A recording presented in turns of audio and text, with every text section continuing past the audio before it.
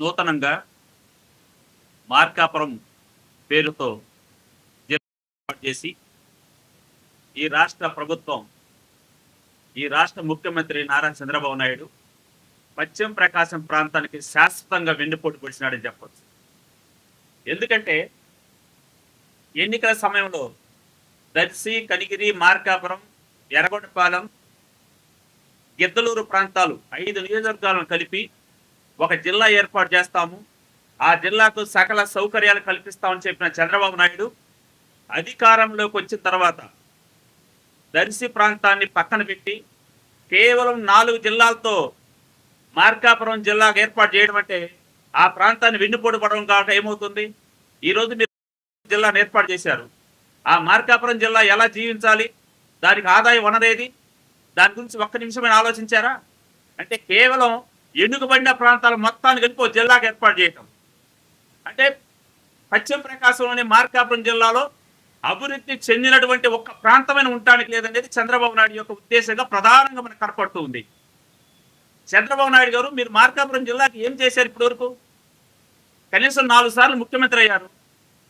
వెలుగొండ ప్రాజెక్టుకి 2 సార్లు పునాది రాళ్ళు వేశారు, ఒక్క తట్టడి మట్టి పోయలేదు. కీర్తిశేషులు వైఎస్ రాజశేఖర రెడ్డి గారు, తర్వాత జగన్మోహన్ రెడ్డి గారు 90% పనులు వెలుగొండ ప్రాజెక్టు సంబంధించిన పనులు పూర్తి చేసి వెనుకబడినటువంటి పశ్చిమ ప్రకాశానికి సాగునీరు, త్రాగునీరు అందించేటువంటి ఒక బృహత్తర ప్రణాళికలతో ముందుకెళ్తూ ఉంటే మిగిలినటువంటి 10% పనులు కూడా మీరు పూర్తి చేయలేదు. అంతేకాదు వెనుకబడినటువంటి మార్కాపురం ప్రాంతంలో జగన్మోహన్ రెడ్డి గారు ముఖ్యమంత్రి అయిన వెంటనే ప్రభుత్వ రంగంలో మెడికల్ కళాశాల, మెడికల్ ఆసుపత్రిని ఏర్పాటు చేస్తే చివరికి దాన్ని కూడా మీరు ప్రైవేట్ పరం చేశారు. ఇక మీరు పశ్చిమ ప్రకాశానికి ఏం చేస్తున్నట్టు? ఆ రోజు జగన్మోహన్ రెడ్డి గారు ఒకే విషయం స్పష్టంగా చెప్పారు. కేంద్ర ప్రభుత్వం యొక్క సూచనల మేరకు ప్రతి పార్లమెంటరీ నియోజకవర్గాన్ని ఒక జిల్లాగా ఏర్పాటు చేస్తున్నామని చెప్పారు. భవిష్యత్తులో కొత్తగా ఏర్పాటు చేస్తే అందులో మొట్టమొదటిగానే మేము మార్కాపురం జిల్లాగా ఏర్పాటు చేస్తామని ఆ రోజు చెప్పారు. సరే, మీరు అధికారంలోకి వచ్చారు, ఈరోజు మార్కాపురం జిల్లాగా ఏర్పాటు చేస్తున్నారు, సంతోషం. దాన్ని ఎందుకు మీరు ఏర్పాటు చేస్తున్నట్టు అనేది మాకు అర్థం కావట్లా. ఈరోజు మీరు ఒక విషయాన్ని చెప్పారు, అద్దెకిని ప్రకాశం జిల్లాలో ఎందుకు కలుపుతున్నారు, కందుకూరు నియోజకవర్గాన్ని ప్రకాశం జిల్లాలో ఎందుకు కలుపుతున్నారు? పరిపాలన సౌలభ్యం కోసం అంటారు. జిల్లా కేంద్రాలకు దూరంగా ఉన్నాయి కాబట్టి ప్రకాశం జిల్లాలో కలుపుతున్నామన్నారు, సంతోషం. కానీ ఎక్కడో కోతవేటు దూరంలో మార్కాపురానికి ఉన్నటువంటి మార్కాపురాన్ని 100 కిలోమీటర్లు ఉన్న ప్రాంతాన్ని తీసుకొచ్చి ఇక్కడ మీరు కలుపుతున్నారంటే మీరు ఆ ప్రాంత ప్రజలకు ఏం సందేశం పంపిస్తున్నారు? కనీసం మార్కాపురం జిల్లానికి పోర్టు లేదు, గ్రానైట్స్ లేవు, ఇండస్ట్రీస్ లేవు. ఏదో చిరు ఆస్తితో ఉన్నటువంటి ప్రాంతం దొనకొండ ప్రాంతం. అక్కడ 50,000 ఎకరాల ప్రభుత్వ భూములు ఉన్నాయి. రాబోయే రోజుల్లో ఎప్పుడో ఒకప్పుడు కనీసం అక్కడ పరిశ్రమలు రావడానికి అవకాశం ఉంటుంది. కనీసం ఒక్క దొనకొండ ప్రాంతాన్ని కూడా మీరు మార్కాపురంలో ఉంచకుండా మీరు చేసేటువంటి ప్రయత్నం శాశ్వతంగా మార్కాపురం ప్రాంతాన్ని వెనుకబడిన ప్రాంతంగా ఉండాలనేది మీ ప్రధాన ఉద్దేశం కనిపిస్తుంది. మీరు ఈ రోజు ఏర్పాటు చేసినటువంటి జిల్లా భౌగోళిక పరిస్థితులు చూసినట్లయితే భారతదేశంలో ఈ రోజు ఉన్నటువంటి జిల్లాల్లో అత్యంత వెనుకబడినటువంటి అత్యంత పేదరిక జిల్లాగా మార్కాపురం ఉంటుంది. ఆ కీర్తి మీకే కనిపిస్తుంది. చంద్రబాబు నాయుడు గారు నిజంగా మీకు హ్యాట్సప్ చెప్పాలి. ఎందుకంటే వెనుకబడిన ప్రాంతంలో కనీసం ఒక్క అభివృద్ధి చెందిన ప్రాంతం కూడా ఉండకూడదని పూర్తిగా వెనుకబడిన ప్రాంతంగా మార్కాపురం జిల్లాని శాశ్వతంగా పెట్టడం అంటే మీకు ఆ జిల్లా ప్రాంత ప్రజల పట్ల, పశ్చిమ ప్రకాశం యొక్క ప్రజల పట్ల మీకున్నటువంటి కోపం కావచ్చు, మీకున్నటువంటి రాగద్వేషాలు కావచ్చు, మీకున్నటువంటి ఆ ప్రజల పట్ల మీకున్నటువంటి ద్వేషం కావచ్చు స్పష్టంగా కనిపిస్తున్నాయి. కాబట్టి ఇప్పటికైనా సరే మీరు ఆ ప్రజలకి శాశ్వతంగా అన్యాయం చేయకుండా, ఆ ప్రజల్ని శాశ్వతంగా అభివృద్ధికి దూరంగా ఉండకుండా ఉంచాలంటే కనీసం మీరు ఏదైతే ఎన్నికల సమయంలో హామీ ఇచ్చారో, వాగ్దానం ఇచ్చారో ఆ వాగ్దానం ప్రకారం కనీసం దర్శి నియోజకవర్గాన్నైనా ఆ ప్రాంతంలో కలిపి కనీసం ఆ ప్రాంత ప్రజలు బ్రతకడానికన్నా లేదా త్రాగడానికన్నా కాసిన మంచినీళ్ళు ఇచ్చేటట్టు ఏర్పాటు చూడండి అని మేము విజ్ఞప్తి చేస్తున్నాం. కాబట్టి చంద్రబాబు నాయుడు గారు ఆ ప్రాంత ప్రజల యొక్క సమస్యల్ని, ఆ ప్రాంత ప్రజల యొక్క విజ్ఞప్తిని మీరు విని ఆకలింపు చేసుకొని మీరు మార్కాపురం జిల్లాలో దర్శి నియోజకవర్గం కలపాలని మేము డిమాండ్ చేస్తున్నాం. కాబట్టి మీరు ఖచ్చితంగా చేయాల్సిందే. పోయినట్లయితే ఆ ప్రజలు రాబోయే రోజుల్లో మీకు శాశ్వతంగా బుద్ధి చెప్పేటువంటి రోజులు దగ్గర పడతాయి. మళ్ళా తిరిగి ఆ ప్రాంత ప్రజల్లో తిరుగుబాటైన వస్తుంది, లేదా ఉద్యమాలైన వస్తాయి. ఇంకో రకమైన పోరాటాలను చేసి ఆ ప్రాంతం సమైక్యంగా ఉండేదాకా పోరాటం జరుగుతుందని చేస్తామని హెచ్చరిస్తున్నాం. 1970వ సంవత్సరంలో ప్రకాశం జిల్లా ఏర్పడ్డప్పుడు కొంత నెల్లూరు జిల్లా నుంచి, కొంత గుంటూరు జిల్లా నుంచి, కొంత రాయలసీమ జిల్లా నుంచి తీసుకొని ఈ జిల్లాను ఏర్పాటు చేయడం జరిగింది ముఖ్యమంత్రులు.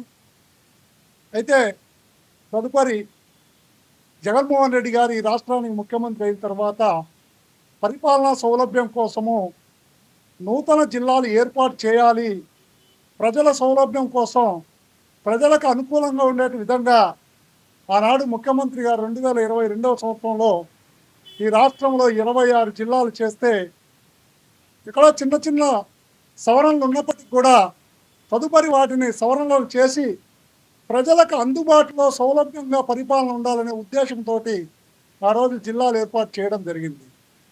కానీ ఆ జిల్లాలు ఏర్పాటైన తర్వాత 2004 ఎలక్షన్లకు ముందు గౌరవ ముఖ్యమంత్రి గారు నారా చంద్రబాబు నాయుడు గారు పుట్టినరోజును ఘనంగా జరుపుకుంటూ మార్కాపురంలో నా పుట్టినరోజు కానుకగా మార్కాపురం జిల్లా ఏర్పాటు చేస్తాను అని ఆ రోజు వాగ్దానం చేయడం జరిగింది. ఆ రోజు వాగ్దానం ప్రకారం మార్కాపురం జిల్లాను ఆయన పుట్టినరోజు కానుకగా ఇటీవల గజెట్ నోటిఫికేషను విడుదల చేయడం జరిగింది. ఆ గజెట్ నోటిఫికేషన్లో మార్కాపురం జిల్లాకు 4 నియోజకవర్గాలు మాత్రమే అందుబాటులో ఉంటాయి ఆ జిల్లా అని గజెట్లో ఇచ్చి ఫిర్యాదులు స్వీకరించండి 4 రోజులలోని కూడా వారు ఫిర్యాదులు కలెక్టర్ ఆఫీస్లో స్వీకరించడం జరుగుతుంది. కానీ గౌరవ ముఖ్యమంత్రి గారికి మేము ఒక్కటే విన్నపం చేస్తున్నాం. ఈ రాష్ట్రంలో సరిహద్దులు ఏర్పాటు చేసేటప్పుడు ఆ జిల్లాకు కావలసిన వనరులను కూడా చూడవలసినటువంటి బాధ్యత ప్రభుత్వంపై ఉంటుంది. ఎందుకంటే జిల్లా ఏర్పాటు చేసిన తర్వాత ఆ జిల్లా అభివృద్ధి చెందాలి అంటే పారిశ్రామిక వాడలు రావాలి, నీటి సౌలభ్యత ఉండాలి. నీటి సౌలభ్యత, పారిశ్రామిక వాడలు వచ్చినప్పుడు నిరుద్యోగ సమస్య తీరుతుంది. నిరుద్యోగ సమస్య తీరినప్పుడు ఆ ప్రాంతం అభివృద్ధి చెందడానికి అవకాశం ఉంటుంది. అదేవిధంగా విద్యాపరంగా కూడా అభివృద్ధి చెందుతుందా లేదా అనేది కూడా గమనించి జిల్లాల పునర్విభజన చేయాల్సి ఉంటుంది. అక్కడ ఉన్నటువంటి దొనకొండ కానీ ఆ ప్రాంతానికి సంబంధించినటువంటి మండలాలన్నిటినీ కూడా ఒంగోలు జిల్లాలో కలపడం, ప్రకాశం జిల్లాలో కలపడం అనేది చాలా దారుణమైనటువంటి విషయం. ఎందుకంటే దర్శి నియోజకవర్గంలో ఒకప్పుడు సాగర్ లేనటువంటి రోజులలో వెనుకబడ్డటువంటి దర్శి ప్రాంతం ఈరోజు ఆర్థిక పరిపుష్టి కలిగి దర్శి నియోజకవర్గం. ఆ నియోజకవర్గాన్ని కూడా సామాజిక సౌతుల్యం కావచ్చు, కులాల పరంగా కావచ్చు, ఈ జిల్లాను విడగొట్టాలి, ఈ జిల్లాలో ఒక కుల ప్రాధాన్యత పెరుగుతుందనే ఉద్దేశంతో ఈ ప్రభుత్వం చేసినటువంటి కుట్రలన్నీ కూడా బయటపడుతున్నాయి. ఎందుకంటే ఆ దర్శి ప్రాంతం అంతా కూడా ఉంటే ఆ ప్రాంతం అంతా కూడా ఒకరి చేతులలో కూడా ఉంటుంది. వారందరూ కూడా ఈ పరిపాలనను కూడా సాగిస్తారని మీరు చేస్తున్నటువంటి దురుద్దేశాలను ప్రజల మీద రుద్దగాకండి, ప్రజల పక్షాన రుద్దగాకండి. మీరు వాటిని ఇప్పటికైనా సహృదయంతో గౌరవ ముఖ్యమంత్రి వారు ఆలోచన చేసి జిల్లాకు కావలసినటువంటి నీటిపారుదల సౌకర్యాలు ఉంటే ఆ ప్రాంత రైతాంగం అభివృద్ధి చెందితే ఆ జిల్లా అభివృద్ధి చెందుతుంది. కనుక ఏమీ లేకుండా గిద్దలూరు, మార్కాపురం, ఎర్రగొండపాలెం, కలిగిరి ప్రాంతాలను ఒక జోన్గా జిల్లాగా ఏర్పాటు చేసి తీరని అన్యాయం చేస్తున్నారు ఈ ప్రభుత్వం, ఈ కూటమి ప్రభుత్వం. కనుక ఈ కూటమి ప్రభుత్వానికి ఒక్కటే మనవి చేస్తున్నాం, మీరు ఇప్పటికైనా ప్రజల యొక్క బాధలను అర్థం చేసుకొని ప్రజల యొక్క ఫిర్యాదులను స్వీకరించి దర్శి నియోజకవర్గాన్ని తప్పనిసరిగా మార్కాపురంలో కలపాల్సిందే, కలిపి తీరాల్సిందే. కలపకపోతే ఆ ప్రాంత ప్రజలు కానీ మార్కాపురం జిల్లాలో ఏర్పాటు చేసినటువంటి ఆ ప్రాంత ప్రజలు కానీ ఉద్యమ రూపంలో మీకు బుద్ధి చెప్తారు. అది మీకు ఎక్కువ రోజులు లేదు, తొందరలోనే తెలియజేస్తారని దాన్ని ఇప్పటికైనా గౌరవ ముఖ్యమంత్రి వారు, ఈ కూటమి ప్రభుత్వం, ఇక్కడ ఉన్నటువంటి ప్రజాప్రతినిధులందరూ కూడా సమైక్య పోరాటం చేసి ఆ ప్రాంత ప్రజలకు ఆర్థిక వనరులు వచ్చేటట్టు చేకూర్చాలని మెడికల్ కళాశాల ఈ రాష్ట్రంలో వెనుకబడ్డ అత్యంత దారుణమైనటువంటి వెనుకబడ్డ ప్రాంతం, పేదరికంతో అల్లాడుతున్నటువంటి మార్కాపురం ప్రాంతం, ఆ ప్రాంతానికి వైద్యపరంగా ఎంతో దూరం రావాలంటే ప్రయాసలకు వచ్చినటువంటి దుస్థితి ఏర్పడితే కాదు ఈ ప్రాంతంలో ఒక మెడికల్ కళాశాలను ఏర్పాటు చేయాలని ఆనాడు గౌరవ ముఖ్యమంత్రి వైఎస్ జగన్మోహన్ రెడ్డి గారు ఎర్రగొండపాలెంలో 100 పడకల హాస్పిటల్ ఒకదాన్ని ఏర్పాటు చేశారు. అలాగే మలేరియా హాస్పిటల్ ఒకదాన్ని ఏర్పాటు చేశారు దోరణాల్లో. ఇక మెడికల్ కళాశాలను ఏర్పాటు చేసి వైద్యపరంగా కూడా అభివృద్ధి చేస్తూ ఉంటే దాన్ని ఈరోజు పీపీపీ మోడల్లో పబ్లిక్ ప్రైవేట్ పార్ట్నర్షిప్ ద్వారా నిన్నగాక మొన్న కూడా మాట్లాడుతున్నారు. దానికి ఏమి ఇబ్బంది లేదు, అదంతా కూడా పబ్లిక్ ప్రైవేట్ పార్ట్నర్ అయినప్పటికీ కూడా ఇబ్బంది జరగదంటున్నారు. ఎందుకు ఇబ్బంది జరగదు అని మేమందరం కూడా ప్రశ్నిస్తూ ఉంటే ప్రజలందరూ గొంతుకగా కలిపి వైఎస్ జగన్మోహన్ రెడ్డి గారు ఇచ్చినటువంటి పిలుపుకు కోటి సంతకాల సేకరణ దిగ్విజయంగా మార్కాపురం నియోజకవర్గంలో ప్రతిరోజు ఊరు వాడ పల్లె అనేది లేకుండా వెలుగెత్తి చాటుతూ సంతకాలు సేకరిస్తుంటే ప్రజలందరూ తండోపతండాలుగా వస్తూ స్వాగతం పలుకుతూ కోటి సంతకాల సేకరణ కార్యక్రమాన్ని కూడా దిగ్విజయంగా చేస్తున్నారు. అది ఒక్కటే మీకు ఉదాహరణ. ప్రజా వ్యతిరేకత ఏ విధంగా ఉందో మెడికల్ కళాశాల మీద అని ఒక్కసారి మీరు గమనించాలని ఈ కూటమి ప్రభుత్వానికి విజ్ఞప్తి చేస్తారు.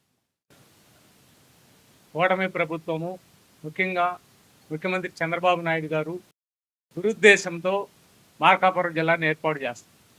ఎందుకంటే ఈ ప్రకాశం జిల్లాలో ఉన్నటువంటి ఒంగోలు పార్లమెంట్లో ఇప్పటివరకు జరిగిన ఎలక్షన్లో 1-2 ఎలక్షన్లు తప్ప మిగతావి అన్నీ కూడా తెలుగుదేశానికి వ్యతిరేకంగా ఫలితాలనే వచ్చినవి.